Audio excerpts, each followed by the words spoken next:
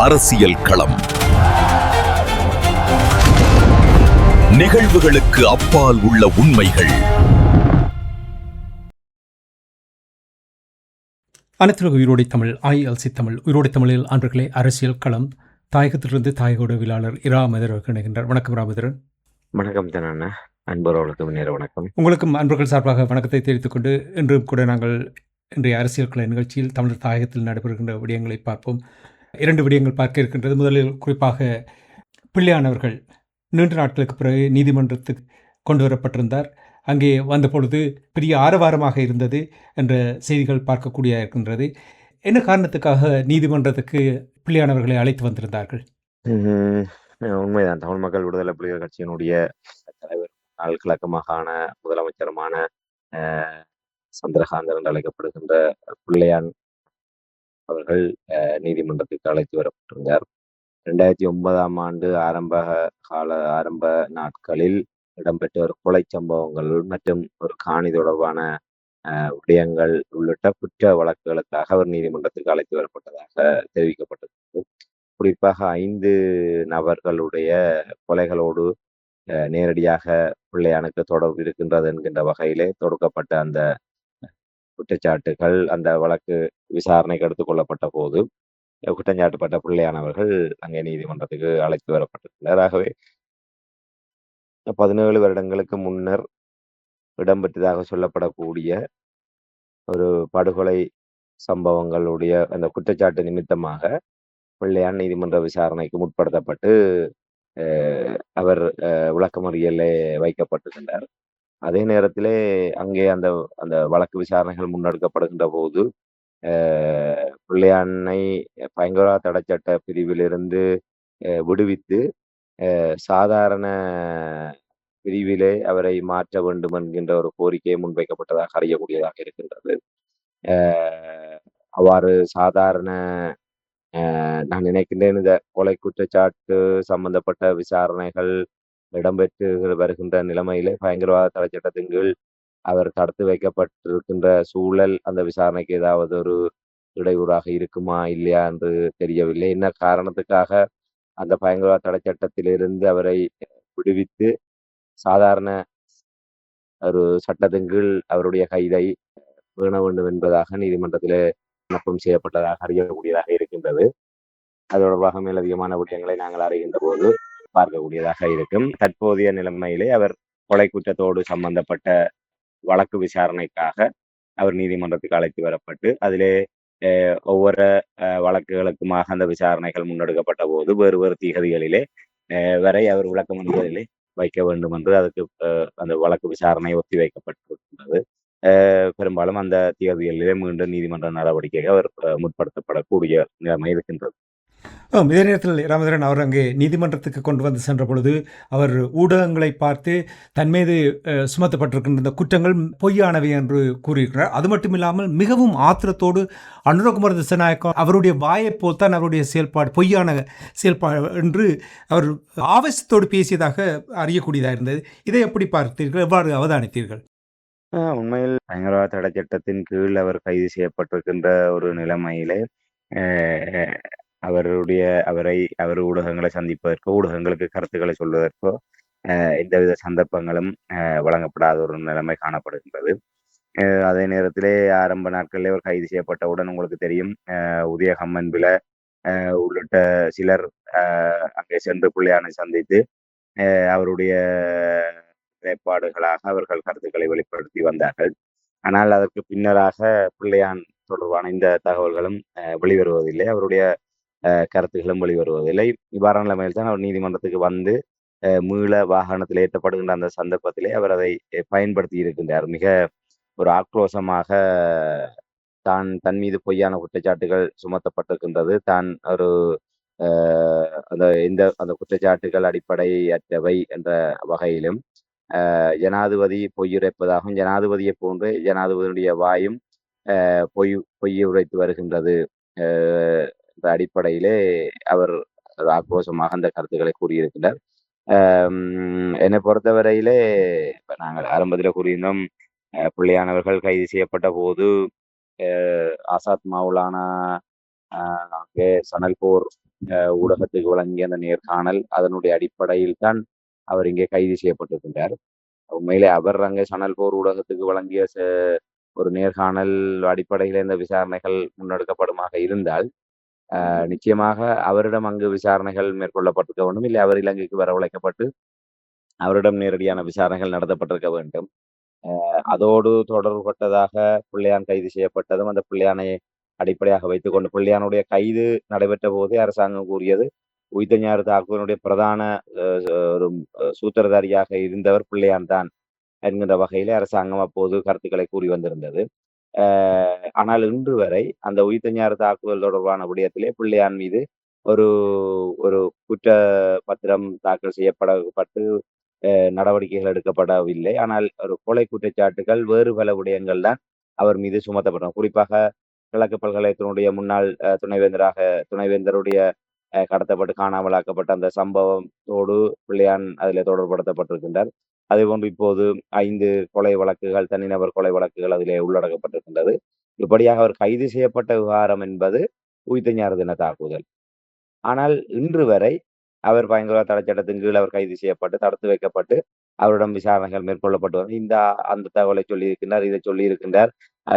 அவருடைய தகவல் அடிப்படையில் இவர் சிக்க போகின்றார், அவர் சிக்க போகின்றார் என்பதாக அரசு தரப்பிலே ஒரு பரபரப்பாக அந்த விடயங்கள் வெளிப்படுத்தப்பட்டு வந்தது. ஆனால் இன்று வரை அந்த விடயத்தை உறுதிப்படுத்தக்கூடிய வகையிலே எந்த விதமான விடயங்களும் அவர்களினால் முன்னகர்த்தப்படவில்லை. மாறாக பிள்ளையானை ஒரு கொலை குற்றச்சாட்டோடு மற்றும் வேறு ஒரு சட்டவிரோதமான நடவடிக்கைகளோடு தொடர்பட்ட விடயங்களுக்கு மட்டும் நீதிமன்ற நடவடிக்கைகளை அவர்கள் தொடர்ந்து வருவதை அவதானிக்கூடியதாக இருக்கின்றது. அந்த வகையிலே ஒருவேளை பிள்ளையான் அந்த விடயங்களை அவர் தன்னுடைய ஆதங்கமாக வெளிப்படுத்தி இருக்கலாம். உண்மையிலே அவர் கைது செய்யப்படுகின்ற போது இளைஞர் தாக்குதலோடு தொடர்பட்டதாக கைது செய்யப்பட்டார். ஆனால் இப்போது நீதிமன்ற நடவடிக்கை உட்படுத்துகின்ற போது கொலை குற்றச்சாட்டுகளோடு சம்பந்தப்படுத்தி அந்த வழக்கை அவர்கள் வேறு திசைக்கு மாற்ற பார்க்கின்றார்கள். இப்போது பயங்கரவாத தடை சட்டத்திலிருந்து அவரை விடுவித்து சாதாரண சட்டத்தின் கீழ் கொண்டு வர வேண்டும் என்கின்ற வகையிலே அவ்வாறான ஒரு விண்ணப்பம் செய்யப்பட்டது கூட ஒருவேளை இவர்களுடைய அந்த கைது அந்த பயங்கரவாத தடை சட்டத்தின் கீழ் அவர் கைது செய்யப்பட்ட விடயங்கள் ஒரு வலுவிழந்து அதை ஆதாரபூர்வமாக நிரூபிக்க முடியாத ஒரு கட்டத்தில் தான் இவ்வாறான ஒரு நடவடிக்கைகள் முன்னெடுக்கப்படுகின்றது ஒன்று சிந்திக்க தோன்றுகின்றது. இப்போது பிள்ளையான் கூறுகின்ற போது அந்த விடயத்தையும் நாங்கள் சாதாரணமாக எடுத்து கடந்து செல்ல முடியவில்லை. நிச்சயமாக அரசாங்கம் ஏற்கனவே நாங்கள் பிள்ளையான் கைது செய்யப்பட்ட போது அந்த விடயத்தை கூறுகின்ற போது பிள்ளையான் பலிகடாக்கப்பட்டிருக்கின்றார். உயிர்த்தஞாறு தின தாக்குதல் உண்மையான குற்றவாளிகள் உண்மையாக அதோடு சம்பந்தப்பட்டவர்களை இதிலிருந்து தப்ப வைப்பதற்கோ இல்லை அவர்களை இதிலிருந்து வலுக்குறைப்பு செய்வதற்கோ பிள்ளையானவர்கள் இதிலே பலிக்கடாக்கப்பட்டிருக்கக்கூடிய ஒரு சந்தர்ப்பம் காணப்படுகின்றது. பிள்ளையான் என்கின்ற ஒரு நபர் கைது செய்யப்பட்டதோடு பிள்ளையானை மையப்படுத்தியதாகவே உயிர்த்தஞாறு தாக்குதலை வழக்கு விசாரணைகளை முடுக்கிவிட்டு ஏனையவர்களை தப்ப வைக்கலாம் என்கின்ற ஒரு கருத்து அப்போது அவதானிக்கப்பட்டது. இப்போது கோத்தபாய ராஜபக்ச பயணத்தடை விதிக்கப்பட்டது. அவர் மற்றொன்ற ஒரு ராணுவ அதிகாரிக்கு பயணத்தடை விதிக்கப்பட்டது. அவர்கள் இந்த நேரம் கைது செய்யப்படலாம் என்கின்ற ஒரு நிலைமை பரவலாக எதிர்பார்க்கப்பட்டு கொண்டிருக்கின்றது. இப்படியான நிலைமையிலே பிள்ளையான் இந்த கூற்று, அதாவது தான் எந்தவித குற்றமும் செய்யவில்லை என்பதாக கூறுகின்றார் என்று சொன்னால், சிலவேளை இந்த கொலை சம்பவங்கள் கூட அவரை ஏதாவது ஒரு விடயத்திலே சாதாரண ஒரு கொலை விடயங்களிலே அவரை சிக்க வைத்து தொடர்ந்தும் அவரை சிறையிலே வைத்திருக்க வேண்டும் என்ற நோக்கத்துக்காக இவ்வாறான விடயங்கள் புனையப்பட்டதான் தான் கருதக்கூடியதாக இருக்கின்றது. எதுவாக இருந்தாலும் இது தொடர்பாக நீதிமன்ற நடவடிக்கைகள், சாட்சி ஆதாரங்கள், அந்த விசாரணைகள் முடிவிலே இந்த விடயங்கள் வெளியே வருகின்ற போது பிள்ளையான் கூறியது உண்மையா பொய்யா என்பது உணரக்கூடியதாக இருக்கும். ஒன்று மட்டும் தெரிகிறது ராமேந்திரன், என்னவென்றால் அனுரகுமார் திசாநாயக்கனுடைய அரசாங்கம் பிள்ளையான் மீது கொஞ்சம் உருக்கமாக இருப்பது போல் தெரிகிறார். அமைச்சர் ஒருவர் கூறியிருக்கின்றார், இவ்வளவு பெரிய கொலைகளை செய்தவர் இவரை விட்டு வைக்க முடியாது என்று ஒரு ஆவேசத்தோடு அவரும் கூட அந்த விடயங்களை வெளிப்படுத்தியது போல் இருக்கின்றது. அமைச்சர் என்ன கூறினார் தொடர்பாக? உண்மையிலே இது அவர் உண்மையிலே இதை கூறுகின்ற போது இதை பக்கத்தில் இருந்து அவர் பார்த்தவரை போன்றுதான் அவர் அந்த விடயங்களை கூறுகின்றார் என்றால், அவர்களுடைய உள்நோக்கம் அதிலே தெளிவாக உணரக்கூடியதாக இருக்கின்றது. ஏற்கனவே 2025ஆம் ஆண்டு ஜனாதிபதி தேர்தலுக்கு முன்னர் கிழக்கு மாகாணத்துக்கு சென்றபோது, ஜனாதிபதி அன்றோமர் திசாநாயக்கா அவர்கள் அங்கே ஒரு வாக்குறுதி வழங்கியதாக அறியக்கூடியதாக இருந்தது. ஆட்சிக்கு வந்ததும் பிள்ளையானை கைது செய்து உள்ளே போடுவோம், சிறையில் அடைப்போம் என்பதாக வாக்குறுதி அளித்ததாக சொல்லக்கூடியதாக இருக்கின்றது. அப்ப அந்த வகையிலே அவர்கள் தாங்கள் நினைத்ததை செயல்படுத்தி இருக்கின்றார்கள். அதற்கு அவர்கள் சொல்லக்கூடிய காரணங்கள் காலத்துக்கு காலம் வேறாக காணப்படுகின்றது. இப்போது அவர் பல கொலைகளை செய்தவர், கொலை குற்றவாளி என்று இவர்கள் சொல்கின்றார்கள். என்னை பொறுத்தவரையிலே அ பிள்ளையான் மீதான இந்த அரசாங்கத்தினுடைய நடவடிக்கை என்பது, கிழக்கு மாகாணத்திலே தமிழர்களுடைய இருப்பை கேள்விக்குள்ளாக்கக்கூடிய வகையிலான ஒரு அ நடவடிக்கையாகத்தான் நான் பார்க்கின்றேன். ஏனென்று சொன்னால், இதற்கு முன்னே எந்த ஒரு அரசுகளுமே ஒரு துணியாத ஒரு விடயம். அ இப்ப இந்த அரசாங்கம் பிள்ளையானை உய்தஞாறு தின தாக்குதலோடு தொடர்புபடுத்தி கைது செய்து பின்னர் கொலை குற்றவாளியாக இப்போது வேறு கொலை சம்பவங்களோடு கொண்டு வந்து அவரை தொடர்புபடுத்தி இருக்கின்றார்கள். அதே நேரத்தில் அரசாங்கத்தினுடைய ஒரு அமைச்சர் ஒருவர் பிள்ளையானுடைய கருத்துக்கு உடனடியாக இவ்வாறு பதிலளிப்பது என்பது ஒரு ஆச்சரியமான ஒன்றாக இருக்கின்றது என்று சொன்னால், அஹ் அஹ் ஜனநாயக ரீதியாக ஒரு குற்றஞ்சாட்டப்பட்டவருக்கும் கருத்துரிமை இருக்கின்றது. அவர் தன்னுடைய விடயங்களை வெளிப்படுத்தக்கூடியதான ஒரு உரிமை இருக்கின்றது. ஆகவே அதை இவர்கள் மறுக்கின்றார்கள். மறுக்கின்ற போது ஆணித்தரமாக அந்த விடயத்தை இவர்கள் கூறுகின்றார்கள் என்று சொன்னால், நான் முன்னர் குறிப்பிட்டதை போன்று ஏதோ இவர் கொலை செய்கின்ற போது இவர் பக்கத்தில் இருந்து பார்த்தவரை போன்றுதான் அதை அவர் கூறுகின்ற நிலைப்பாடு ஒரு வன்மத்தினுடைய வெளிப்பாடாகத்தான் நான் பார்க்கின்றேன். பிள்ளையானுடைய கைது என்பது உண்மையிலே தமிழர்களை பொறுத்தவரையிலே ஒரு பிள்ளையான் ஒரு விடுதலை போராட்டத்தினுடைய ஒரு காட்டிக் கொடுப்பாளராக கருணா அம்மானோடு சேர்ந்து எங்களுடைய விடுதலை போராட்டத்தை பிரிந்து சென்று பலகீனப்படுத்தியதோடு மட்டுமில்லாமல் ஒரு காட்டிக் கொடுப்பாளராக பார்க்கப்படுகின்ற நிலைமை இருக்கின்றது. ஆனால் என்னை பொறுத்தவரையிலே அந்த நிலையை கடந்து பிள்ளையான் கிழக்கு மாகாணத்திலே ஒரு முழுமையாக வெற்றிகரமாக ஒரு 5 ஆண்டுகள் முதலமைச்சராக தன்னுடைய பதவி காலத்தை நிறைவு செய்த ஒருவர். ஆகவே பிள்ளையானுடைய அந்த அரசியல் கிழக்கு மாகாணத்திலே தொடரக்கூடாது என்பதிலே சிங்கள பௌத்த பேரினவாதம் குறிப்பாக அன்றோமர் திசாநாயக்கா தரப்பு தீவிரமாக இருக்கின்றது என்பதை நாங்கள் ஓரளவு உணரக்கூடியதாக இருக்கின்றது. அவர்கள் வடக்குக்கு வேறு விதமான அணுகுமுறைகளையும் கிழக்குக்கு வேறு விதமான அணுகுமுறைகளையும் அவர்கள் கையில் எடுத்து வருகின்றார்கள். கிழக்கை பொறுத்தவரையிலே தமிழர்களுடைய பிரச்சனை என்கின்ற ஒரு அளவிலே அதை தவிர்த்து குறிப்பாக முஸ்லிம்களுடைய பிரச்சனை மற்றும் ஒரு முஸ்லிம்கள், தமிழர்கள், சிங்களவர்கள் இணைந்த பிரச்சனை என்பதாக அதை ஒரு பொதுமைப்படுத்தாது கடந்து செல்வதற்கு முற்படுவதை நாங்கள் பார்த்து வருகின்றோம். தமிழர்களுடைய அரசியல் தீர்வு பிரச்சனையாக இருக்கட்டும், இல்லை வேறு எந்த பிரச்சனையாக இருக்கட்டும், அது வடக்கு மாகாணம் என்கின்ற அளவோடு கடந்த அரசாங்கங்களும் சரி, இப்போது அன்றோமர் திசாநாயக்க அரசாங்கம் அதே அணுகுமுறையை கையாண்டு வருகின்றது. கிழக்கென்று வருகின்ற போது தமிழர்களுடைய விவகாரத்தில் கிழக்கை இவர்கள் உள்ளடக்குவதில்லை. ஆகவே அங்கே ஒரு கணிசமாக முஸ்லிம்களுடைய பிரச்சனையை முதன்மைப்படுத்தி கிழக்கு மாகாணம் ஏதோ முஸ்லிம்களுக்கான ஒரு பிரச்சனை மட்டும்தான் அங்கே இருக்கின்றது என்பதாக அவர்கள் காட்டிக்கொள்ள முற்படுவதை நாங்கள் பார்த்து வருகின்றோம். அந்த வகையிலே கிழக்கு மாகாணத்தை இவர்கள் அவ்வாறான ஒரு நிலையிலே ஒரு ஒரு பொதுமைப்படுத்தப்பட்ட நிலைமையிலே வைத்திருப்பதற்கு அங்கே ஒரு தமிழ் தேசியம் சார்ந்த இல்லை தமிழர்கள் சார்ந்த ஒரு உறுதியான தலைமைத்துவம் அங்கே இருக்கக்கூடாது என்பதிலே அவர்கள் உறுதியாக இருந்து செயல்பட்டு வருவதை நான் என்னுடைய அவதானிப்பிலே நான் பார்த்து வருகின்றேன். அதனுடைய ஒரு தொடர்ச்சியாகத்தான் பிள்ளையானுடைய கைதையும் நான் பார்க்கின்றேன். இப்போது அமைச்சர் இவ்வாறு உடனடியாக ஒரு பிள்ளையானுடைய விடயத்திலே அவர்கள் இவ்வாறு பதிலளிக்கின்றார்கள் என்று சொன்னால் அவர்களுடைய மனதில் இருக்கக்கூடிய அந்த வன்மம் வெளிப்பட்டிருக்கின்றன நான் நம்புகின்றேன். இரமதிரன், இப்போ நீங்கள் கூறிய விடயங்களை கேட்கும் பொழுது என்னதான் இருந்தாலும் பிள்ளையான் கடந்த காலங்களில் அரசாங்கங்களோடு சேர்ந்து நிறைய வேலைகளை எதிராக தமிழர்களுக்கு எதிராக செய்து வந்திருந்தார். அதை ஏற்றுக்கொள்ள முடியாது தானே? என்னை பொறுத்தவரையிலே ஆயுதங்கள் மௌனிக்கப்பட்டதற்கு பின்னரான காலகட்டத்திலே நீங்கள் பார்த்தீர்களானால் இன்று கிழக்கு மாகாணம் கருணா என்கின்ற விநாயகமூர்த்தி முரளிதரனை இன்றும் மக்கள் தேடுகின்ற நிலைமை இருக்கின்றது. ஆனால் அவர் தன்னுடைய அந்த செல்வாக்கை எப்போதோ இழந்து விட்டார். ஆனால் பிள்ளையான் மீதான அபிமானம் என்பது கிழக்கு மாகாணத்திலே குறிப்பாக நீங்கள் மட்டக்களப்பு உள்ளிட்ட இடங்கள்ல நீங்கள் அங்கே சென்றீர்களானால் ஒரு கிராமப்புறங்களிலே கீழ்மட்டத்திலே நீங்கள் ஒரு 100 பேரை சந்தித்தால் ஒரு 10 பேராவது ஒரு பிள்ளையானுடைய ஒரு ஆதரவாளர்களாக இல்லை பிள்ளையானுடைய மீள் வருகையை விரும்புபவர்களாக இருக்கின்றார்கள். ஏன்னா கடந்த காலத்தில் நேரடியாக மட்டக்களப்பிலே பயணம் செய்த போது அந்த விடயங்களை நான் உணர்ந்திருக்கின்றேன். அந்த அளவு தூரத்துக்கு பிள்ளையான் இப்ப நாங்கள் ஒரு அதான் நான் ஆரம்பத்தில் குறிப்பிட்டதை போல எங்களுடைய ஒரு விடுதலை போராட்டத்தினுடைய காட்டி கொடுப்பாளராக இருந்து அவர் பாரிய ஒரு இரண்டகம் செய்திருந்தாலும் அவர் முதலமைச்சராக இருந்து கொண்டு கிழக்கு மாகாணத்துக்கு அவர் ஒரு மண்ணின் மைந்தனாக அவர் மிகப்பெரிய ஒரு அளப்பரிய சேவை ஆற்றி இருக்கின்றார்.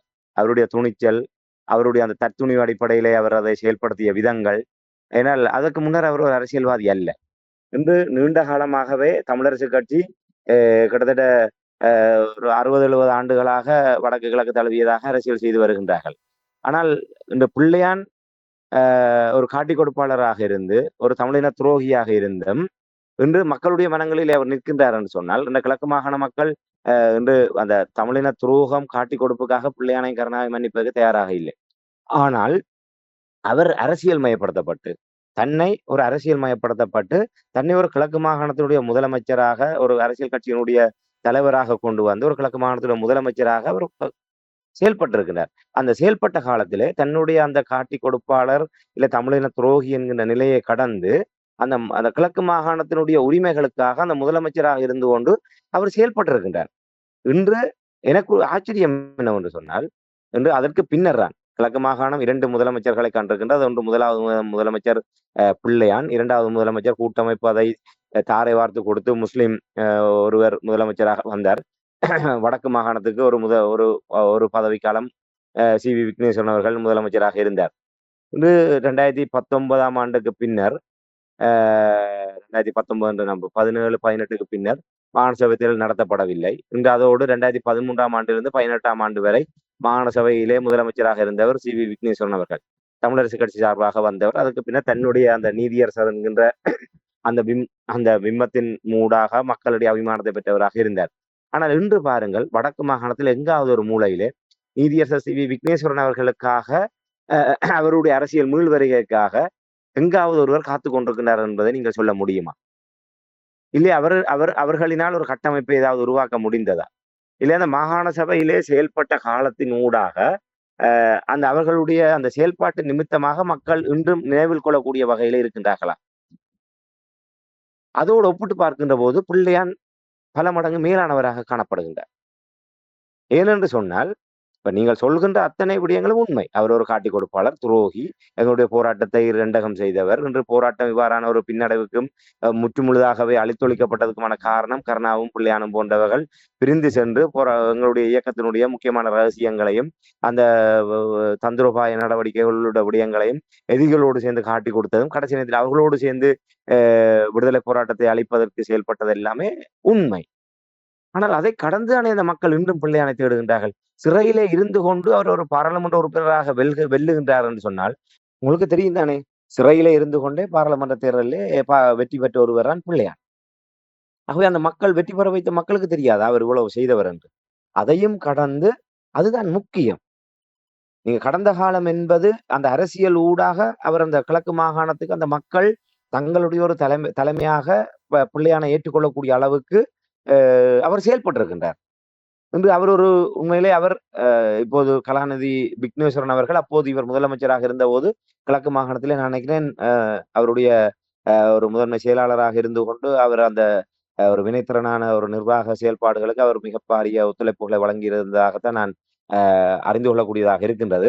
அவ்வாறான ஒரு பக்கபலமான ஒரு அதிகாரியோடு ஒரு நேர்மையான அதிகாரியோடு சேர்ந்து அவர் கிழக்கு மாகாணத்தில் ஆற்றிய பணிகள்லாம் இன்று மக்கள் அவரை தேடுவதற்கான காரணம். இன்று 2026ஆம் ஆண்டு என்ன நிலைமை என்று எனக்கு தெரியாது. ஆனால் சில ஆண்டுகளுக்கு முன்னர் மட்டக்களப்பு மண்ணிலே இதுதான் உண்மை. கிழக்கு மாகாணத்திலே அவர் சிறையிலே இருந்தோடு பாராளுமன்ற உறுப்பினராக வெற்றி பெற்றார். அது மட்டுமல்லாமல் நீங்கள் எந்த ஒரு கீழே கிராம மட்டத்திலே சென்றால், நகரப்புறங்களை விட்டு நீங்கள் கிராம மட்டத்துக்கு சென்றால் பிள்ளையானுடைய அரசியல் மீள் வருகை என்பது அவர்கள் எதிர்பார்த்திருக்கின்ற ஒன்றாக இருக்கின்றது. உதாரணத்துக்கு நாங்கள் ஒன்றை கூற முடியும். அவர் இன்று எங்களுடைய ஒரு வடக்கு மாகாணத்திலும் ஒரு நீதியரசர், சட்டம் தெரிந்தவர், இலங்கையினுடைய அரசியலமைப்பு இந்த சகல விடயங்களும் தெரிந்த ஒருவர். ஆனால் அவர் முதலமைச்சராக இருந்தோண்டு அவ்வளவு தத்துணிவோடு எங்களுடைய வடக்கு மாகாணத்துக்கு வந்த விடயங்களை எல்லாம் அவர் எதிர் நின்றார் என்று சொல்லி நாங்கள் சொல்வதற்கு எந்த ஒரு விடயமும் இல்லை. அவர் சில விடயங்களை வராம தடுத்திருக்கிறார். ஆனால் ஒரு ஒரு ஒரு துணிச்சலாக சென்று அந்த விடயங்களை செய்தார் என்று சொல்வதற்கு எந்தவித விடயங்களும் இல்லை. ஆனால் பிள்ளையானவர்கள் ஒரு சாதாரணமாக அவர் ஒரு இராணுவத்தினர் கரையோர பகுதியிலே மணலை அள்ளி அவர்கள் தங்களுடைய ஒரு இராணுவ தேவைகளுக்காக மணலை அள்ளி சென்ற போது தகவல் கிடைத்தவுடன் அந்த இடத்துக்கு சென்று அங்கே நின்று கொண்டு பாதுகாப்பு அமைச்சர் உரிய அதிகாரிகளூடாக பாதுகாப்பு அமைச்சர் உள்ளிட்ட நான் நினைக்கிறேன் உயர்மட்டத்தில் இருக்கக்கூடிய கோத்தபாய ராஜபக்ச உள்ளிட்டவர்களோடு கூட அவர் தொடர்பு கொண்டிருப்பதாகத்தான் அறியக்கூடியதாக சம்பந்த யாரோடு கதைக்க வேண்டுமோ அங்கே கதைத்து அந்த இடத்தில இருந்து இராணுவத்தினரை வெளியேற்றி விட்டு தான் அவர் அங்கே சென்றார். ஆனால் அங்கே ஏற்கனவே கிழக்கு மாகாணத்திலே கடல் அரிப்பு உச்சமாக இருக்கக்கூடிய நிலைமை காணப்படுகின்றது. இவ்வாறு அங்கே கடற்கரையிலே மணல்களை அள்ளுவதன் காரணமாக எங்களுடைய கடல் அரிப்பு காரணமாக அங்கே பாரிய ஆபத்துகள் ஏற்படக்கூடிய நிலைமை இருக்கின்றது. ஆகவே அப்படியான பல விடயங்கள் எல்லாம் இருக்கு. அந்த இடத்திலே அவர் போய் இராணுவத்தை எதிர்த்து நான் என்ன செய்வதென்று அந்த அதை செய்ய வேண்டும், எங்களுடைய மண்ணை பாதுகாக்க வேண்டும், எங்களுடைய உரிமையை பாதுகாக்க வேண்டும் என்கிற அந்த உணர்வு வேண்டும். நான் நினைக்கிறேன் அவர் அந்த போராட்ட பின்னணியில் வந்த காரணத்தினால் தான் அவரிடம் அவ்வாறான ஒரு நிலைமை இருந்தோ தெரியவில்லை. அவரை பொறுத்தவரை நான் மாகாணத்தினுடைய முதலமைச்சர். அதுக்கு கீழாக அந்த அதிகாரத்தை வைத்துக்கொண்டு என்ன செய்ய வேண்டுமோ அதையெல்லாம் செய்ய வேண்டும் என்று முயற்சி செய்த ஒருவராக பிள்ளையான இந்த மக்கள் பார்க்கின்றார்கள் நான் நம்புகிறேன். அதனால் தான் மக்கள் இன்றும் அவரை தேடுகின்ற நிலைமை இருக்கின்றது. ஆனால் அன்றுமுறை ஜனநாயக தரப்பை பொறுத்தவரையிலே ஜேவிபியை பொறுத்தவரையிலே அவர்கள் ஒட்டுமொத்தமாக வடக்கு கிழக்கு உள்ளிட்ட இடங்களிலே மக்கள் விரும்புகின்ற மக்கள் நேசிக்கின்ற தரப்புகளை எல்லாம் ஏதோ ஒரு விதத்திலே அப்புறப்படுத்தி விட்டு அரசியலிலிருந்து அப்புறப்படுத்தி விட்டு அந்த இடத்திலே தாங்கள் நிரப்பப்பட வேண்டும், தங்களை தமிழ் மக்கள் தங்களுடைய தலைமையாக இல்லை தங்களுடைய பிரதிநிதிகளாக ஏற்றுக்கொள்ள வேண்டும் என்கின்ற வழிமுறைகளை அவர்கள் கையாண்டு வருகின்றார்கள். ஆகவே முதலிலே அந்த அழித்தொழிப்பு நடவடிக்கையிலே ஈடுபட்டு வருகின்றார்கள். அதிலே கிழக்கு மாகாணத்திலே அவர்களை பொறுத்தவரையிலே தமிழ் தேசிய கட்சிகள் ஒரு பெரிய சவால் இல்லை என்று நான் நம்புகின்றேன். கிழக்கு மாகாணத்தை பொறுத்தவரையிலே அது தமிழரசு கட்சியாக இருக்கட்டும் இல்லை இன்னொரு தரப்பாக இருக்கட்டும் அவர்களுக்கு ஒரு பெரிய விஷயமே இல்லை அங்கே. ஆனால் பிள்ளையானை போன்றவர்கள் அவர்களுக்கு சவால் மிக்க ஒருவர்கள். அவர்கள் இன்று அவர்கள் சிக்கலுக்குரிய ஒரு சட்டத்தின் பிடியில இருந்தால் கூட நாளை அவர்கள் அதிலிருந்து விடுவிக்கப்பட்டு வெளியே வந்தாலும் மக்கள் அவர்களுக்கான ஒரு அங்கீகாரத்தை கொடுத்து மீண்டும் ஒரு பாராளுமன்ற உறுப்பினராகவோ இல்லை மீண்டும் மாகாணத்தினுடைய ஒரு முதன்மை பொறுப்புகளை வழங்குவதற்கான வாய்ப்புகள் இருக்கின்றது. அது எப்படி காலம்தான் தீர்மானிக்கும். ஆனால் அப்படியான அந்த அந்த மண்ணையும் மக்களையும் ஒரு நேசிக்கக்கூடிய ஒரு தரப்புகளை இவர்கள் அரசியல் அலங்கிருந்து அப்புறப்படுத்த வேண்டும் என்கின்ற நோக்கத்தோடு செயல்பட்டு வருவதைத்தான் நான் பார்க்கிறேன். ஏனால் அந்த இப்ப இது எல்லாம் நாங்கள் எங்களுடைய விருப்பமாக நாங்கள் சொல்லவில்லை. நாங்கள் மக்களுடைய உணர்வுகளை பிரதிபலிக்க வேண்டியவர்களாக இருக்கின்றோம். எங்களுடைய விருப்பம் என்பது வேறு, அரசியல் யதார்த்த நிலைமை என்பது வேறு. இந்த கிழக்கு மாகாணத்திலே இடம்பெறுகின்ற அத்துமீறல்கள் ஆக்கிரமிப்புகள் எல்லாம் அந்த சரி பிழைகளுக்கு அப்பால் துணிச்சலோடு நின்று தங்களுக்காக முன்னின்று போராடக்கூடிய இல்லை அவ்வாறு துணிச்சலான நடவடிக்கை எடுக்கக்கூடியவர்களைத்தான் அந்த மக்கள் விரும்புகின்றார்கள். ஒரு ஒரு ஒரு ஆக்கிரமிப்புக்குள்ளாக இருக்கக்கூடிய தரப்பினருடைய எதிர்பார்ப்பு என்பது பிள்ளையான் கருணா போன்றவர்களைத்தான் விரும்புகின்றார்கள். எங்களுடைய தமிழ் தேசிய கூட்டமைப்பினுடைய சாணக்கியனையோ இல்லை கோடீஸ்வரனையோ இல்லை இன்னபிற ஸ்ரீநாத் உள்ளிட்ட பாராளுமன்ற உறுப்பினர்களையோ இவரையுமே அவர்கள் பெரிய அளவில் விரும்புவதில்லை. ஏனால் இவர்கள் எல்லோருமே தங்களுக்குரிய அரசியல் நிலைப்பாட்டில நின்று கொண்டு தங்களை தற்காத்து கொண்டு அந்த விடயங்களை எல்லாம் செய்பவர்களாக இருக்கின்றார்கள். ஆனால் அவர்கள் எல்லாம் அப்படி அல்ல. தங்களுக்கு சரியென்று பட்டு விட்டால் எவரையும் எதிர்த்து நின்று கொண்டு அந்த மக்களுக்காகவும் அந்த மண்ணுக்காகவும் நின்று போராடக்கூடியவர்களாக இருக்கின்றார்கள். ஆகவே நான் நினைக்கின்றேன் பிள்ளையான் அவர்கள் கருணா பிள்ளையான் போன்றவர்கள் தமிழின துரோகிகள் விரோதிகள் என்கின்ற நிலைப்பாடு ஒட்டுமொத்த உலகத் தமிழர்களுடைய பார்வையில இருக்கின்றது. ஆனால் ஒட்டுமொத்த உலகத் தமிழர்களுடைய பார்வை என்பது அப்பால் கிழக்கு மாகாணத்தில் இருக்கின்ற மக்கள் தாங்கள் எதிர்நோக்குகின்ற அந்த வாழ்வியல் சவால்கள், அந்த ஆக்கிரமிப்புகள், எல்லைப்புற நெருக்கடிகள், ஒரு பக்கம் இஸ்லாமிய தரப்பினர், ஒரு பக்கம் சிங்கள எல்லைப்புற குடியேற்றங்கள், அரசு திணைக்களங்கள், பல்வேறு வழிமுறைகள் ஏற்படுகின்ற நெருக்கடிகள், அப்படியான நெருக்கடிகள் மூலமாக எல்லாம் தாங்களுடைய ஒரு இறுதி கட்டத்திலே அவர்கள் இருக்கின்ற போது தங்களுடைய ஆபத் வாழ்ந்தவர்களாக இப்படிப்பட்டவர்களைத்தான் அவர்கள் எதிர்பார்த்திருக்கின்றார்கள். அதனுடைய பிரதிபலிப்பாகத்தான் நான் இதை பார்க்கின்றேன். வீரபத்ரன், இன்னொரு ஒரு வினோதமான ஒரு விடயம் என்னவென்றால், இப்போ நீதிமன்ற விசாரணை நடந்து கொண்டிருக்கின்ற நேரத்தில் இப்போ இந்த அமைச்சர் தொடர்பாக நீங்கள் கூறும்பொழுது அமைச்சர் கூறியிருக்கின்றார், ஆயுதங்களை பயன்படுத்தி படு கொடூரமான கொலைகளை செய்திருக்கிறார் என்று. எப்படி அமைச்சர் இந்த முடிவுக்கு வந்தார்? உண்மையில் நீங்கள் கூறுவதைப் போன்று உண்மையிலே ஒரு வினோதமாக தான் இருக்கின்றது என்றால், இவர்களே சட்டத்தை கையில எடுக்கின்றார்கள் என்று தான் நான் நினைக்கின்றேன். ஒரு நீதிமன்றத்தை அவமதிக்கின்ற செயல்பாட்டிலே இவர்கள் ஈடுபட்டிருக்கின்றார்கள். இது நீதிமன்றத்திலே விசாரணை தான் நடைபெறுகின்றது. இன்னும் தீர்ப்பு சொல்லவில்லை. சில வேளை இந்த வழக்கு விசாரணைகள் முடிவு எப்படி வேண்டுமென்றாலும் இருக்கலாம். அதிலே குற்றமற்றவர் என்று பிள்ளையான் விடுவிக்கப்படலாம். இல்லை குற்றவாளி என்று சொல்லி அதுக்கான தண்டனைகள் அவர்கள் வழங்கப்படலாம். அது பிறகு எதுக்கு நீதிமன்றம் இவ்வளவு தூரம் நீதிமன்றத்தை வீணடிப்பான். நீதிமன்ற நேரத்தை வீணடித்து மக்களுடைய வரிப்பணத்தை ஏன் வீணடிப்பான்? நீங்கள் சொல்வதைப் போன்று அவர் ஒரு ஆயுதங்களை பயன்படுத்தி இரக்கமற்ற கொலைகளை செய்தவர் என்று சொன்னால், நேரடியாகவே நீங்கள் தூக்கிலிட்டு விட்டு போகலாமே. பிறகு எதுக்கு நீதிமன்றத்திலே வைத்து நீங்கள் பூச்சாண்டி காட்டிக் கொண்டிருக்கின்றீர்கள்? இது என்னை பொறுத்தவரையிலே இவர்கள் ஒரு நீதிமன்ற விசாரணைகள் நடைபெற்றுக் கொண்டிருக்கின்ற போது, இவர்களே ஒரு நீதவான்களாக மாறி, பிள்ளையான் ஒரு படுபயங்கரமான குற்றவாளி. அவர் தண்டிக்கப்பட வேண்டியவர். அவர் சிறையிலே தான் இருக்க வேண்டும் என்கின்ற ஒரு நிலைப்பாட்டை இவர்கள் வெளிப்படுத்துகின்றார்கள் என்று சொன்னால், என்னை பொறுத்தவரையில இது நான் ஆரம்பத்தில் குறிப்பது அவர்களுடைய வன்மத்தினுடைய வெளிப்பாடாகத்தான் நான் பார்க்கின்றேன். பிள்ளையானுடைய விவகாரத்திலே இவ்வளவு தீவிரம் காட்டுகின்ற இந்த அரசாங்கம், ஏன் ஏனைய விடயங்களிலே அவர்கள் காட்டவில்லை என்ற ஒரு கேள்வி இருக்கின்றது.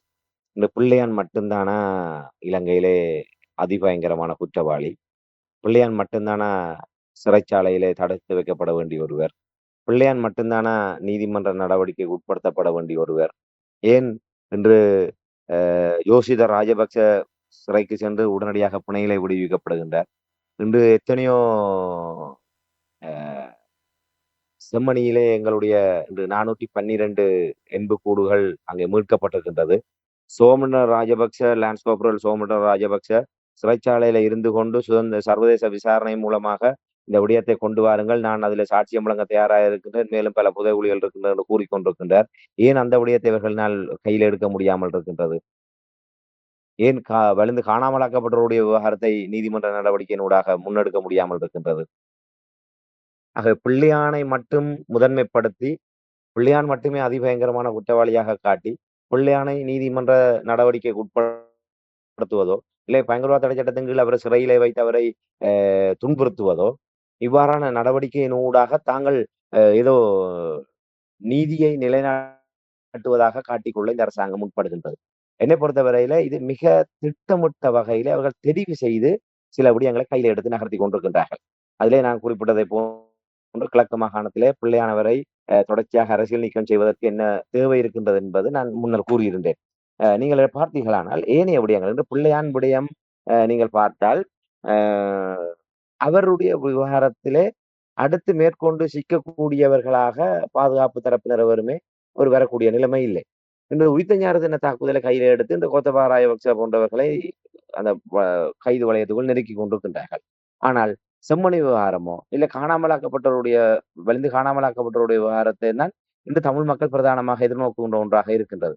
இல்லை பல ஊடகவியலாளர்கள் 30க்கும் மேற்பட்ட ஊடகவியலாளர்கள் போர்க்காலத்திலே படுகொலை செய்யப்பட்டிருக்கின்றார்கள். அவர்களுடைய படுகொலை சம்பவங்கள் தொடர்பாக இவர்களால் எந்தவித நடவடிக்கைகளும் மேற்கொள்ளப்படாது இருக்கின்றது. அந்த விடயங்கள் எல்லாம் மேற்கொள்ளப்படுமாக இருந்தால் இராணுவத்தோடு சேர்ந்து இந்த துணை ஆயுத குழுக்கள் என்று வரிசையாக வர வேண்டிய ஒரு நிலைமை இருக்கும். குறிப்பாக செம்மணி விவகாரத்தை இவர்கள் கையில் எடுத்து உடனடியாக சரியான முறையில் அந்த விசாரணைகள் முன்னகர்த்தப்படுமாக இருந்தால் சோமன ராஜபக்சவை விசாரணை அவர் ஒரு சாட்சியமாக முன்னகர்த்தி விரைவுபடுத்துகின்ற போது நிச்சயமாக இராணுவத்திலே இருந்த உயர் அதிகாரி உள்ளிட்டவர்கள் வரிசையாக விசாரணை வலயத்தில் கொண்டு வந்து சிறை செல்ல வேண்டிய நிலைமை உருவாகும். ஆகவே அவர்களை எல்லாம் பாதுகாத்து கொண்டு இன்று சோமன ராஜபக்ச அவர்கள் கூறுவதை போன்று அவருடைய நான் நினைக்கிறேன் கப்பந்தர அதிகாரி என்று நம்புகின்றேன். அவர் செய்த படுகொலையை விட பிள்ளையான் செய்த படுகொலைகள் பெருசா. செம்மணியிலே எங்களுடைய தினம் தோண்டப்பட்டு கொண்டிருக்கின்ற அந்த எண்பு கூடுகள் சொல்லுகின்ற செய்தி என்ன? சரி, பிள்ளையான் செய்தது பிள்ளையாக இருக்கட்டும். பிள்ளையானை சிறையிலே வைத்து துன்புறுத்துகின்ற இந்த அரசாங்கம் ஏன் அந்த இராணுவ அதிகாரியை பாதுகாக்கின்றது? ஏன் என்று வெள்ளைக்கொடியோடு சரணடைந்தவர்களுக்கு என்ன நடந்தது? அவர்களை படுகொலை செய்த இராணுவத்தினர் யார்? ஏன் அவர்களை விசாரணை முன் கொண்டு வர முடியாமல் இருக்கின்றது? ஏன் என்று அனந்தி சசிதரன் அவர்கள் இன்றும் உயிர் வாழும் சாட்சியமாக இருக்கின்றார். எழிலன் உள்ளிட்டவர்கள் நூற்றுக்கணக்கானவர்கள் ஆயிரக்கணக்கானவர்கள் இராணுவத்திடம் கையளிக்கப்பட்டார்களே, கையளிக்கப்பட்டதுக்கு பிற்பாடு அவர்களுக்கு என்ன நடந்தது? ஏன் அந்த விசாரணையை உங்களால் முன்னெடுக்க முடியாமல் இருக்கின்றது என்றால் இந்த விடயங்களை எல்லாம் முன்னெடுத்தால் இராணுவத்தினரை உடனடியாகவே பிள்ளையானை போன்று கைது செய்து சிறை கைது செய்து விசாரணை செய்தால் இந்த அரசாங்கம் ஆட்டம் கண்டுவிடும், அரசியல் தற்கொலை செய்ய வேண்டிய நிலைமைக்கு வந்துவிடும். ஆகவே தங்களுடைய அரசியலை பாதுகாத்துக் கொண்டு, தங்களுடைய அரசு இயந்திரத்தை பாதுகாத்துக் கொண்டு, இப்படியாக பூச்சாண்டித்தனமாக இப்படியான சில ஒரு அடையாள விடயங்களை செய்து கொண்டு, தாங்கள் ஏதோ நீதியை நிலைநாட்டுகின்றோம் என்பதாக காட்டுவதற்கு இந்த அனுர திசாநாயக்க அரசாங்கம் முயற்சி செய்துகின்றது. அதனுடைய வெளிப்பாடாகத்தான் இதை பார்க்க முடியும். ஆகவே இவர்கள் கூறுகின்ற விடயம் என்பது ஒரு நீதிமன்றம் அந்த விடயத்தை விசாரணைகள் நடைபெற்றுக் கொண்டிருக்கின்ற போது அவர்கள் இப்படியாக இந்த விடயங்களை எல்லாம் ஒரு வன்மத்தை வெளிப்படுத்துவது என்பது அவர்கள் உள்ளார்ந்தமாக இப்படியான நோக்கங்கள் இருக்கின்றது என்பதைத்தான் என்னால் கூற முடியும். இதை நீங்கள் கூறுவதை கேட்டுக்கொண்டிருக்கும் பொழுது வேடிக்கையாக தந்தது என்றால் சட்டத்தை கையில் எடுக்கிறார்கள் நீங்கள் கூறும் பொழுது பார்த்தீங்கன்னா தொடர்ந்து வந்த அரசாங்கங்கள் எல்லாம் நீதிமன்றம் எவ்வளவு தீர்ப்பு வழங்கினாலும் அவர்கள் என்ன நினைக்கிறார்களோ அதைத்தான் செய்து கொண்டு வருகிறார்கள். இப்பொழுது தங்களுக்கு தேவை என்றவுடன் பாருங்கள் எப்படியெல்லாம் நீதிமன்றம் தீர்ப்பு வழங்குவதற்கு முன்னதே அவர்கள் தீர்ப்பு வழங்குவதற்கு தயாராகிவிட்டார்கள் என்றால் இது என்ன, யாரிடம் போய் சொல்லுவது, எப்படி இதை செல்வது என்று எனக்கு தெரியவில்லை. நான் ஏற்கனவே கூறியது போல் ராமேந்திரன் தொடர்ந்து வந்த அரசாங்கங்கள் எல்லாம் நீதிமன்றத்தினுடைய சட்டத்தை மதிப்பதில்லை. அதே மாதிரியான ஒரு பாணியில் தான் அனுர திசாநாயக்காவுடைய அரசாங்கமும் இங்கே கையாளுவது போல் நான் உணர்கிறேன். அதில் ஏதாவது தவறு இருக்கிறதா? உண்மை. இப்ப இந்த விடயத்தில் ஒன்று நீதிமன்றத்தை இவர்கள் தவறாக வழிநடத்த முற்படுகின்ற போக்கை நாங்கள் பல சந்தர்ப்பங்களை பார்த்திருக்கிறோம். ஏற்கனவே பல விடயங்கள் இடம்பெற்று வருகின்றது. கடந்த ஆட்சி காலத்தில் இடம்பெற்றதை போன்றுதான் இந்த அரசாங்கமும் செயல்பட்டு வருவதை நாங்கள் அவதானிக்கக்கூடியதாக இருக்கின்றது. குறிப்பாக உங்களுக்கு தெரியும், நீதிபதி அலெக்ஸ் ராஜா அவர்கள் சடுதியாக இடமாற்றம் செய்யப்பட்ட விவகாரம் இன்று வரை அதற்கான சரியான பதில் கிடைக்காத ஒரு நிலைமை காணப்படுகின்றது. இன்று ஒரு நீதிபதிக்கே நீதி இல்லாத ஒரு நிலைமை தான் இந்த நாட்டிலே காணப்படுகின்றது. இன்று டி சரவணராஜா அவர்கள் குருந்தூர்மலை விவகாரத்திலே மிக துணிச்சலாக அங்கிருந்து முல்லைத்தீவு நீதிமன்றத்திலே இருந்து செயல்பட்ட ஒருவர். அவர் இன்று தன்னுடைய உயிருக்கு ஆபத்து என்கின்ற ஒரு நிலைமையிலே நாட்டை விட்டு சென்று எங்கே இருக்கின்றார், என்ன செய்கின்றார் என்றே தெரியாத ஒரு நிலைமை இருக்கின்றது. இப்போது அலெக்ஸ் ராஜா அவர்கள் தூக்கி அடிக்கப்பட்டிருக்கின்றார். யாழ்ப்பாணத்திலே இருந்த ஒருவர் இன்று அந்த அவர் ஆளுநருடைய விடயங்களை எதிர்த்து ஆளுநருடைய உத்தரவு, இடைக்கால தடை உத்தரவு பிறப்பித்த விடயம்தான் இப்போது பேசப்படுகின்றது. பாராளுமன்ற பொன்னம்பலம் உள்ளிட்டவர்கள் பகிரங்கமாக அந்த விடயத்தை பாராளுமன்றத்தில் கூட பேசியிருக்கின்றார்கள். அந்த விடயத்திலே ஒரு அரசாங்கத்தினுடைய தரப்பாக இருக்கக்கூடிய ஆளுநருடைய முடிவை எதிர்த்து உத்தரவு பிறப்பித்து விட்டார் என்பதற்காகத்தான் அலெக்ஸ் ராஜா அவர்கள் பழி வாங்கப்பட்டு உடனடியாகவே அவர் யாழ் மேல்முறையீட்டு மேல் நீதிமன்றத்தினுடைய நீதிபதியாக பொறுப்பேற்று 1 மாதத்துக்குள்ளாகவே அவர் திடீரென வேறொரு இடத்துக்கு மாற்றப்பட்டிருக்கின்றார். அதுக்கு அரசியல் காரணங்கள் இருக்கின்ற விடயத்தை கூறியிருக்கின்றார். ஆகவே இவர்கள் நீதித்துறை மீது தலையீடுகளை செய்வது ஒன்றும் புதிதல்ல. இதே போன்று பல விடயங்கள் இவர்கள் நகர்த்தி வருகின்றார்கள். இப்போது இது இது சாதாரண விடயம் அல்ல. இந்த நீதிமன்றத்தை நீங்கள் மதிக்கின்றீர்கள் என்றால், நீதிமன்றத்திலே பிள்ளையான் கொண்டு போய் முற்படுத்தப்பட்டிருக்கின்றார்.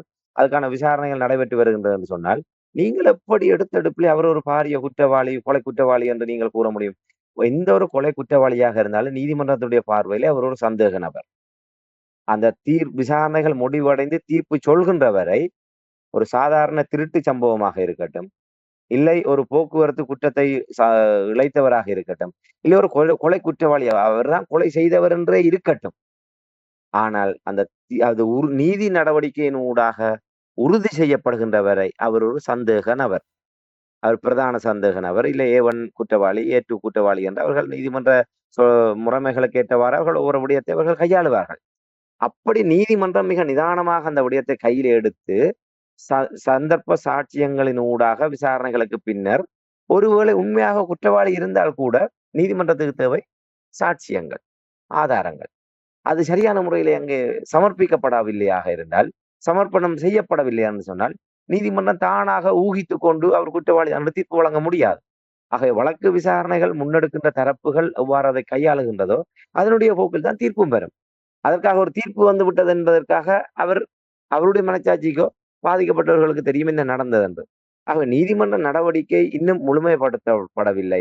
அதற்கு முன்னரே இவர்கள் இவ்வாறு கூறுவது என்பது நீங்கள் கூறுவதை போன்று இவர்களும் கடந்த ஆட்சியாளர்களை போன்று தாங்களே ஒரு அதை விட ஒரு படி மேலே சென்று தாங்களே நீதி தேவதைகளாக நின்று கொண்டு இது என்னென்று சொன்னால் நாளை நீதிமன்றத்தை தவறாக வழிநடத்துகின்ற ஒரு போக்காக இருக்கும். அரசாங்கத்துடைய அமைச்சர்களுடைய விருப்பம் இப்படியாக இருக்கின்றது என்று சொன்னால், ஒருவேளை நீதிபதிகள் அதை அந்த விசாரணை நடவடிக்கையின் போது அவர்களை அதை பாதிக்கக்கூடியதாக இருக்கும்.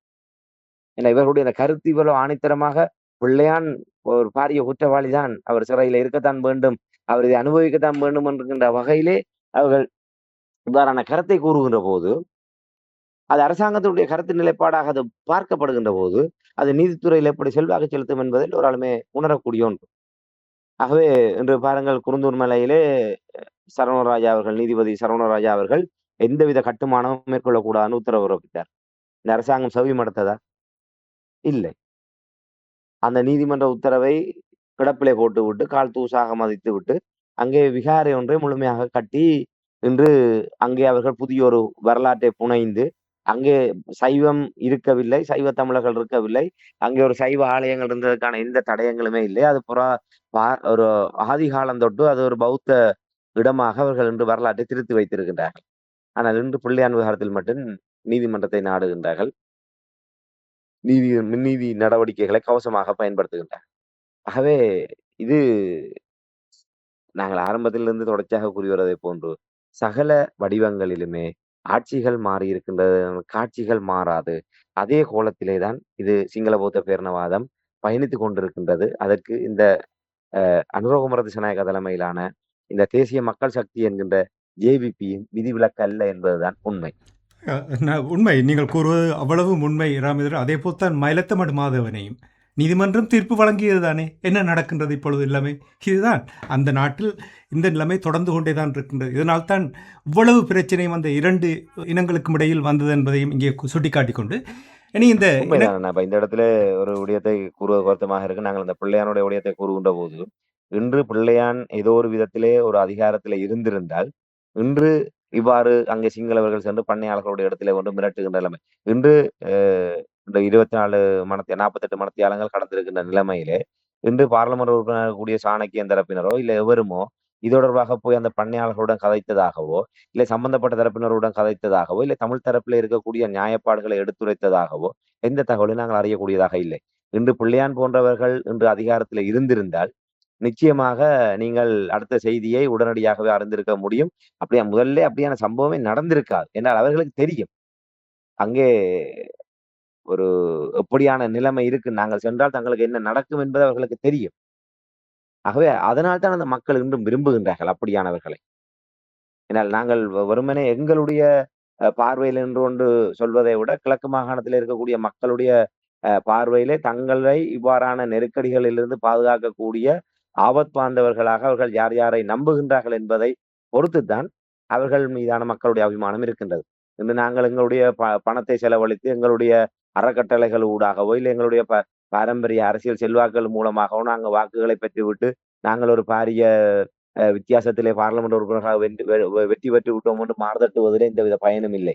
உண்மையாக மக்களுடைய மனங்களிலே இருந்து கொண்டு பாராளுமன்ற உறுப்பினராகவோ, இல்லை மக்கள் பிரதிநிதிகளாக வருவதுதான் உண்மையிலே உண்மையான சாதனையாக இருக்க முடியும். ஆகவே அந்த வகையிலே மயிலத்தமடு மாதவனை விவகாரம் கூட இந்த அப்படியாக தமிழ் மக்களுக்கு உரிமைக்காக, தமிழ் மக்களுக்காக நிற்கக்கூடிய எவரும் இல்லாத ஒரு வறுமையில் தான் இன்று சாதாரணமாக ஒரு 2 சிங்களவர்கள் ஒரு மோட்டார் சைக்கிளில் சென்று தமிழ் பண்ணையாளர்களுடைய இடத்துல என்று நான் நினைக்கிறேன், அங்கே ஒரு 10க்கு மேற்பட்டவர்கள் இருக்கக்கூடிய இடத்துல இவர்கள் தனியே சென்று அவர்களை மிரட்டி விட்டு வருகின்றார்கள் என்று சொன்னால் நிலைமை எப்படி இருக்கின்றது என்பதை நாங்கள் புரிந்து கொள்ளக்கூடியதாக இருக்கு. எத்தனை தடவைகள் இது நிரூபித்து விட்டது. சிங்களவர்களுக்கு ஒரு சட்டம், தமிழர்களுக்கு ஒரு சட்டம், மாறி மாறி மாறி நீங்கள் வரலாற்றை எடுத்து பார்த்தீர்கள் அதே நிலைமை தான் தொடர்ந்து கொண்டு இருக்கின்றது. இனி இன்னொரு விடயத்தை நாங்கள் பார்த்து நிகழ்ச்சி இன்று கொண்டு வரலாம்னு நம்புகிறேன். உங்களுக்கு தெரியும் 2019ஆம் ஆண்டு உயிர்த்த ஞாயிறு தாக்குதல் நடைபெற்றது. அதன் பொழுது தாக்குதலின் பொழுது ஈடுபட்டார் என்ற குற்றச்சாட்டில் கைது செய்யப்பட்டு சிறையில் இருக்கின்ற சுரேஷ் சாலை அவர்கள் உண்ணாவிரத போராட்டத்தில் ஈடுபட்டிருந்தார். அந்த உண்ணாவிரத போராட்டத்தை இப்பொழுது திடீரென்று நிறுத்திவிட்டதாக செய்திகள் வந்திருக்கின்றது. ராமேந்திரன், இது தொடர்பாக நீங்கள் என்ன அறிந்தீர்கள்? உண்மைதான். நாங்கள் உரையாடி கொண்டிருக்கிற இந்த நேரத்திலே தகவலை அறியக்கூடியதாக இருந்தது. அவர் ஏற்கனவே அவர் சிறைச்சாலையிலே தன்னுடைய உண்ணாவிரத போராட்டத்தை ஆரம்பித்தார். அதற்கு பின்னர் அவர் சாகும் வரை உண்ணாவிரத போராட்டமாக அதை ஆரம்பித்து உடல்நிலை மோசமடைந்ததாக கூறி உடனடியாக கொழும்பு தேசிய வைத்தியசாலைக்கு மாற்றப்பட்டார். அதற்கு பின்னர் அவருடைய உடல்நிலை மோசமாக இருக்கின்றது. இருதய பாதிப்புக்கு உள்ளாகி இருக்கின்றார். தொடர்ச்சியாக தொடர் இருதய பாதிப்பு ஏற்பட்டது என்றெல்லாம் கூறப்பட்டு வந்தது. அவருடைய உயிருக்கு இந்த நேரம் ஆபத்து இருக்கின்றது என்றெல்லாம் கூறப்பட்டது. இப்படியான நிலைமையில் தான் அவருக்கு அந்த மருத்துவ நடவடிக்கையின் ஊடாக அவர் தற்போது வரை ஒரு ஒரு நீரோ இல்லை நீராகாரம் கூட அருந்தாது அவர் ஒரு உண்ணாவிரத போராட்டத்தை மேற்கொண்டு வருகின்ற நிலைமையிலே மருத்துவ நடவடிக்கை ஊடாக அவருக்கான அவருடைய உடல்நிலையை தக்க வைக்கக்கூடிய வகையிலான மருந்துகள் அவருக்கு செலுத்தப்பட்டிருக்கின்றது. இப்படியான நிலைமையில் தான் அவருக்கு அறிவுறுத்தல்கள் வழங்கப்பட்டு, அதாவது சட்டத்தரணி ஊடாக வழங்கப்பட்ட அறிவுறுத்தலுக்கு அமைவாக அவர் இந்த உண்ணாவிரத போராட்டத்தை கைவிட்டிருக்கின்றார் என்ற செய்தி வந்திருக்கின்றது.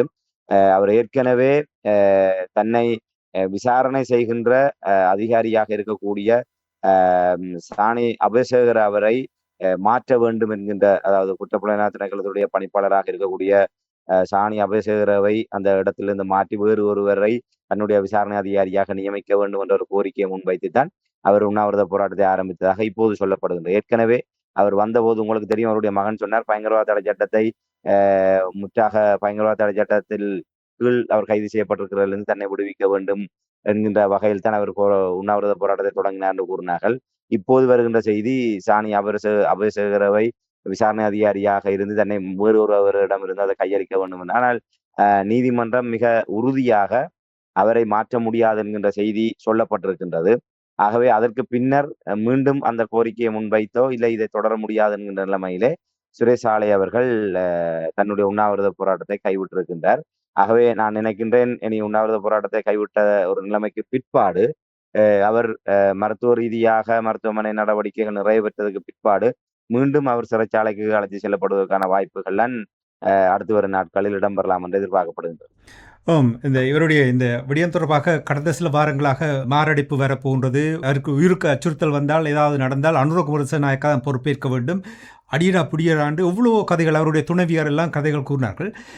தான் இந்த உண்ணாவிரத போராட்டத்தை நிறுத்தப் போவதில்லை என்றும் கூறியிருந்தார். ஆனால் எப்படி இந்த உண்ணாவிரத போராட்டத்தை முடிவுக்கு கொண்டு வர என்று முடிவெடுத்திருக்கிறார்கள்? ஏனென்றால் இதனுடைய பின்னணியில் ஏதாவது இருக்க வேண்டும் என்று தான் உணரக்கூடிய இருக்கின்றது. ஏதாவது இதன் பின்னணியில் இருக்கின்றது நம்புகிறீர்களா?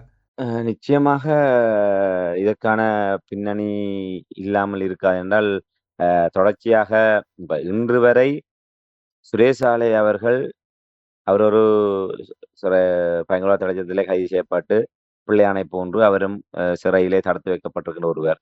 அவர் ஊடகங்களை சந்தித்தோ இல்லை அவர் நேரடியாக ஊடகங்களுக்கோ இல்லை எழுத்து மூலமாகவோ அவர் எதையுமே சொல்ல முடியாத ஒரு நிலைமையில் தான் அவர் தற்போதைய நிலைமையில இருக்கின்றார். வைத்தியசாலை கொண்டு வரப்படுகின்ற போது கூட அவர் அவ்வாறு தான் இருந்தார். அவருடைய சார்பாக உதய ஹம்மன்பில, சரத் வீரசேகர, விமல் வீரவன்ச போன்றவர்களோ இல்லை அவருடைய மனைவி, அவருடைய தாயார், அவருடைய மகன் என்கின்ற குடும்ப உறுப்பினர்கள்தான் அந்த தகவல்களை வெளிப்படுத்தி வந்தார்கள். ஆகவே அவர்கள் வெளிப்படுத்தி வந்த தகவல் என்பது அவரை மையப்படுத்தி, அதாவது அவர் மூலமாக அவருடைய விசாரணை நடவடிக்கைகளை தடுக்க வேண்டும், தாமதப்படுத்த வேண்டும் என்கின்ற நோக்கத்தோடு இவ்வாறான பரபரப்பான இந்த விடயங்களை கொண்டு வந்து அவர்கள் இதை செய்திருக்கின்றார்கள் என்றுதான் நம்பக்கூடியதாக இருந்தது. அவ்வாறான நிலைமையில நோக்குகின்ற போது நிச்சயமாக சுரேஷ் சாலை அவர்களுக்கும் தெரிந்திருக்கும் இந்த விசாரணையினுடைய போக்குகள் எவ்வாறு சென்று கொண்டிருக்கின்றது. இதற்கு தொடர்ந்து தான் ஒத்துழைக்க மறுக்கின்ற போது எவ்வாறான நிலைமைகள் ஏற்படும் என்பதை அவர் உணர்ந்திருக்க கூடும். ஆகவே நான் நினைக்கின்றேன் அவர் இந்த இடத்திலே தான் எப்படியாவது இதில் ஒரு ஒத்துழைக்க வேண்டும் என்கின்ற கட்டத்திலே வந்துதான் தான் இதிலிருந்து தப்பலாம் என்கின்ற ஒரு அளவுக்கு அவர் வந்து உணர்ந்திருக்கின்றார். ஒரு தெரியவில்லை. அநேகமாக நாங்கள் நாளை மறுதினம் இதனுடைய விடயங்களை முழுமையாக அறியக்கூடியதாக, ஆனால் எந்த ஒரு காரணமும் இல்லாமல் ஒரு உடனடியாக இவ்வாறான ஒரு முடிவுக்கு வந்திருக்க மாட்டார் என்பதை மட்டும் நாங்கள் உறுதியாக நம்பலாம். சுரேஷ் சாலை அவர்கள் இந்த வைத்தியசாலை நடவடிக்கையிலிருந்து விடுவிக்கப்பட்டு மீண்டும் சிறைச்சாலைக்கு அழைத்து செல்லப்பட்டு விசாரணைகள் துரிதப்படுத்தப்படுமாக இருந்தால் ஒரு தேக்க நிலையில இருந்த கோத்தபாய ராஜபக்ச உள்ளிட்டவர்களுடைய மற்ற வழக்கு விடயங்கள் விரைவுபடுத்தப்படுவதற்கான வாய்ப்புகள் பிரகாசமாக இருக்கின்றன இப்போது சொல்லக்கூடியதாக இருக்கின்றது. பொறுத்திருந்து பார்ப்போம். நீங்கள் கூறுவது போல் சட்டத்தரணிகளுடைய ஆலோசனையின் அடிப்படையில் தான் முடிவுக்கு கொண்டு வந்திருக்கிறார் என்று சொல்லியிருக்கின்றார். நாங்கள் பொறுத்திருந்து பார்ப்போம். இன்னும் மேலதிக தகவல்கள் வரும்பொழுது அவற்றை நாங்கள் உயிரோடை தமிழ் உறவுகளுக்கு எடுத்து வருவோம் என்று கூறிக்கொண்டு இன்றைய நிகழ்ச்சியில் இணைந்து தகவல்களை உயிரோடை தமிழ் உறவுகளோடு பாய்ந்து கொண்டமைக்காக உயிரோடை தமிழ் அன்பர்கள் சார்பாக நன்றி கூறிக்கொண்டு மீண்டும் இன்னும் ஒரு நிகழ்ச்சி இணைந்திருப்போம். அதுவரைக்கும் நன்றி, வணக்கம். இராமேந்திரன். நிச்சயமாக நன்றி, வணக்கம்.